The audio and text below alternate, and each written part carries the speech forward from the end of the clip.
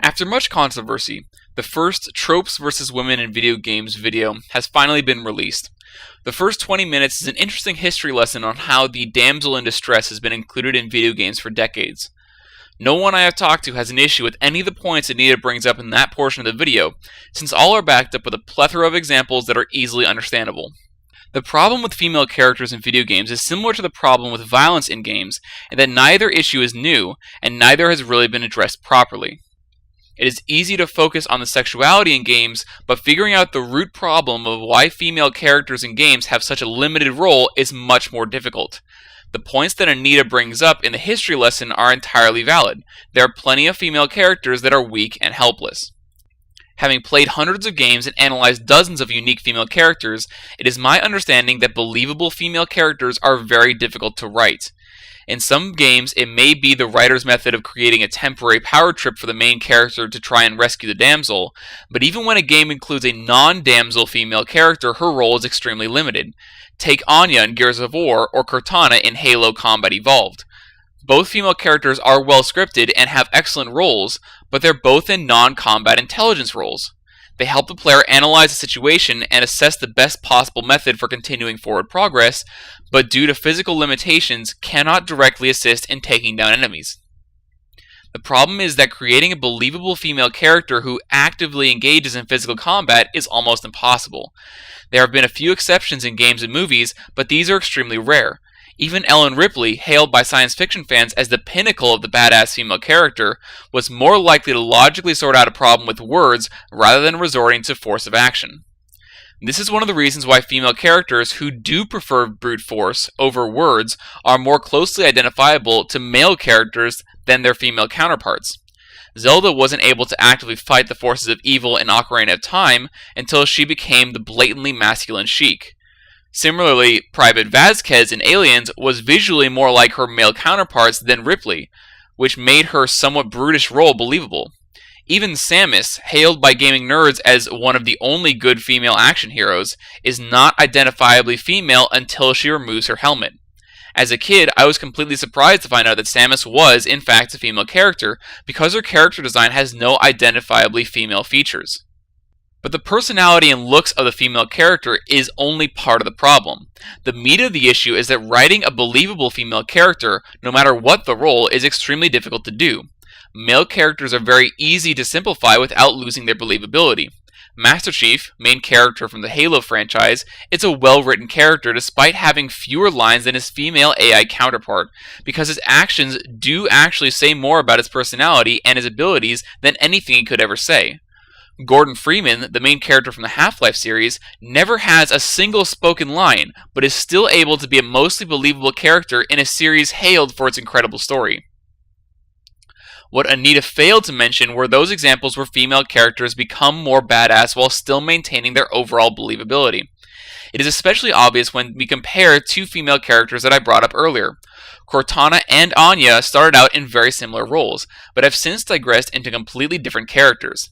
In Halo Combat Evolved, the first game of the franchise, Cortana is an excellent companion to Master Chief, and while distinctly feminine, maintains the emotional stability necessary for a combat role. When she shows up and surprises 343 Guilty Spark into nearly fainting, her rage at the sputtering AI Guardian is so believable that I would not have been surprised if she turned the ringed Sentinel Guardians against Guilty Spark. But as the games progressed, Cortana was portrayed more and more like the damsel in distress that Anita rails so heavily against. While Halo 2 portrayed Cortana as trying to single-handedly hold off both the Covenant and the Flood to prevent the invasion of Earth, Halo 3 made her out to be the woman who needed to be saved by Master Chief. While her weakness may have been understandable had she been human, the fact that she's an AI meant that her badass personality was completely wrecked with the simple idea of her becoming tired. This continues on in Halo 4, where she becomes even more distressed by succumbing to technological decay. Instead of providing valuable assistance to Master Chief like she did in the previous Halo games, she becomes the damsel in distress not through kidnapping, but through her own decay, and it is because of this that she becomes less of a real character and more of a part of a greater objective. Instead of focusing on fighting an alien force like every other Halo game, Halo 4 makes saving Cortana the primary objective.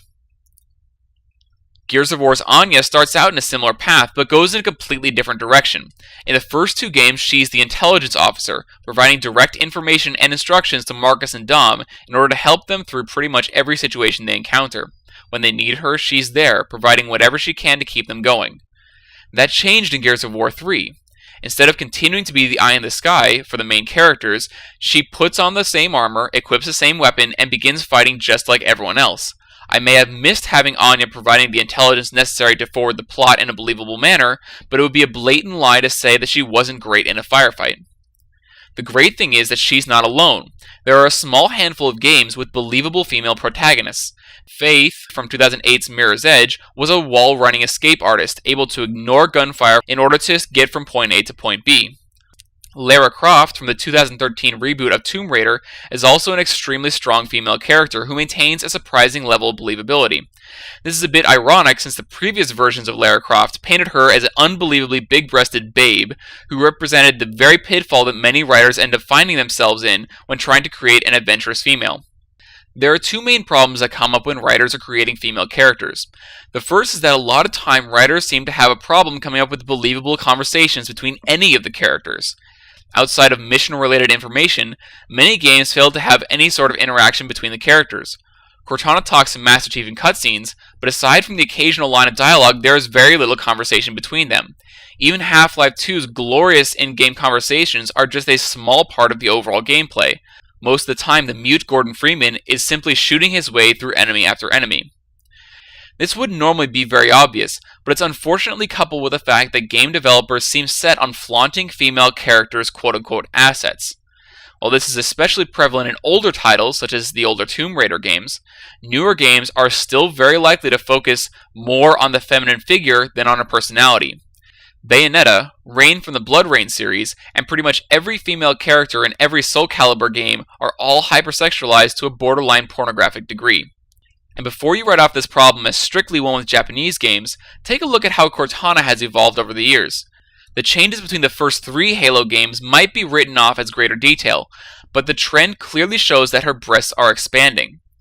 In addition, it has become impossible to convince anyone that Cortana is wearing some sort of skin-tight AI suit. At the beginning of this comment, I mentioned that Anita did not present any real solutions in her Tropes versus Women in Video Games monologue. Since it would be hypocritical if I didn't at least attempt to present one as well, here's my idea. There are an abundance of small changes that can be made to make video games seem friendlier to the ever-increasing female audience. Including trophies and achievements like God of War's Bros Before Hoes doesn't translate well with the female audience to say the least. Having massive orgies and lesbian sex scenes may be titillating for the male gamers, but it's pretty awkward for those girls brave enough to play.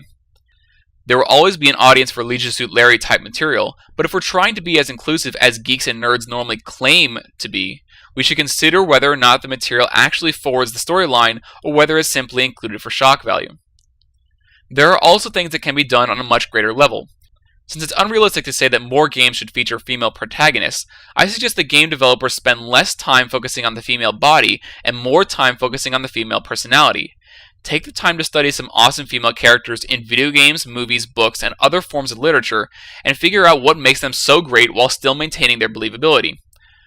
Find some examples of real women that have made an impact on their fields and figure out who they are.